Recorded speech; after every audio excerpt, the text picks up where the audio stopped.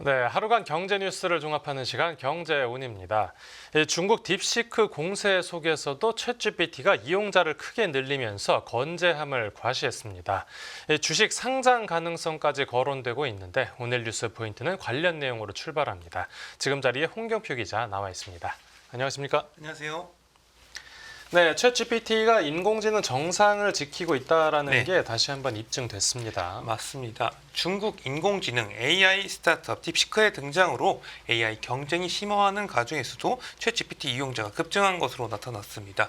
오픈 AI 최고 운영 책임자 CEO는 인터뷰에서 2월 기준 챗GPT 주간 활성 이용자 수가 4억 명에 이른다고 밝혔습니다. 예. 이는 작년 12월에 3억 명에서 1억 명이 늘어나서 불과 2개월 만에 이 33%가 증가한 수치라고 볼 수가 있겠고요. 네. 2억 명이었던 작년 8월과 비교하면 6개월 만에 2배가 늘었습니다. 오픈 AI는 사람들은 입소문을 통해 듣고 친구들이 사용하는 것을 보고 그 유용성을 확인하고 있다면서 이용자들이 챗 GPT의 유용성과 필요성을 느끼고 실제 사용을 통해서 효과를 느끼고 있다고 설명하기도 했습니다. 네, 이 일반 이용자들 말고 또 네. 챗GPT를 기업에서 활용하는 것도 크게 늘었네요. 맞습니다. 오픈 AI의 현재 유료 기업 이용자 수는 200만 명인데요. 이게 6개월 전보다 2배로 증가했습니다.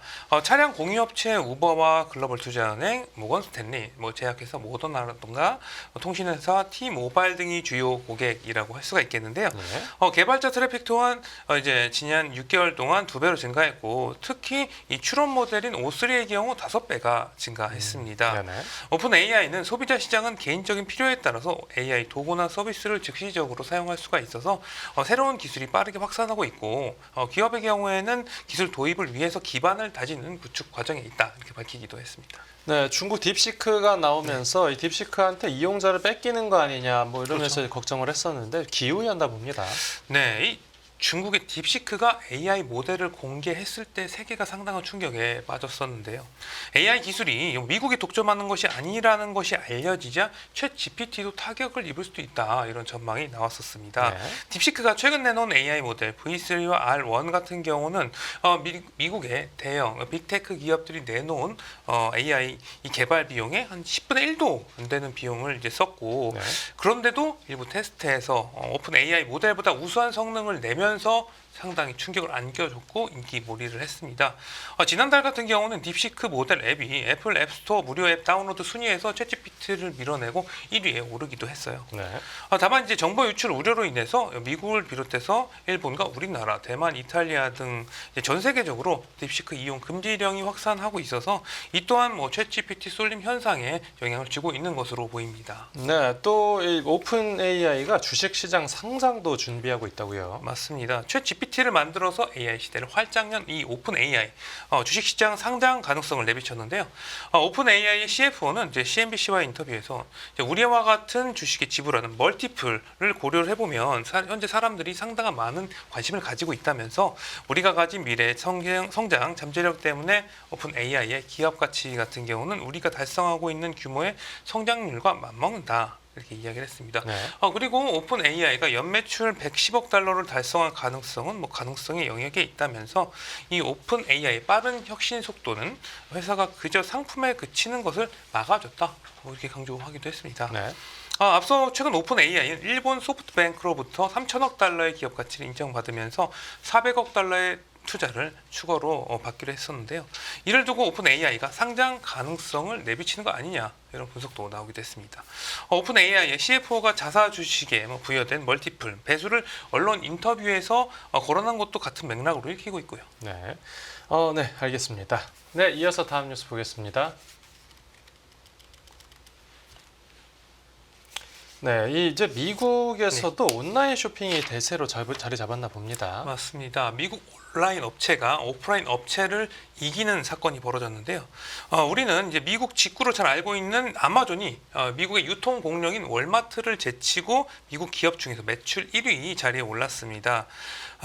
월마트는 지난 분기 1,805억 5천만 달러, 그러니까 우리나라 돈으로 259조 원의 매출 달성해서 1년 전보다 4%가량 늘었다 매출이 이렇게 발표를 했습니다. 하지만 월마트의 이번 분기 매출은 지난달 6일 발표한 아마존의 지난 분기 매출 1,877억 달러보다 적은 수준입니다.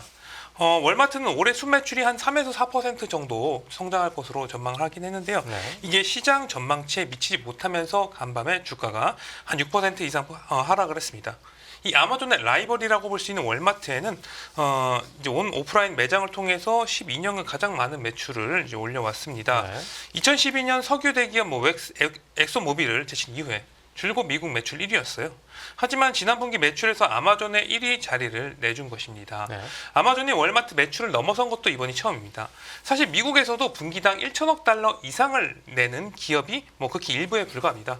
시가총액 1위 기업 애플의 경우에도 새로운 아이폰이 본격 출시되는 분기인 10월에서 12월만 매출이 100억 달러를 넘고 1천억 달러 언저리에도 가지 못하는 모습이었습니다. 네, 아마존이 지금 유통 말고 뭐 다양한 분야로 네. 사업을 확장한 것도 크게 도움이 됐겠죠. 맞습니다. 월마트가 전 세계 소비 매장을 통해서 대부분의 수익을 거둬들이는 것과는 달리 아마존은 매장 외에도 구독과 클라우드 서비스, 광고 등을 통해서 수익을 창출하고 있습니다. 네네.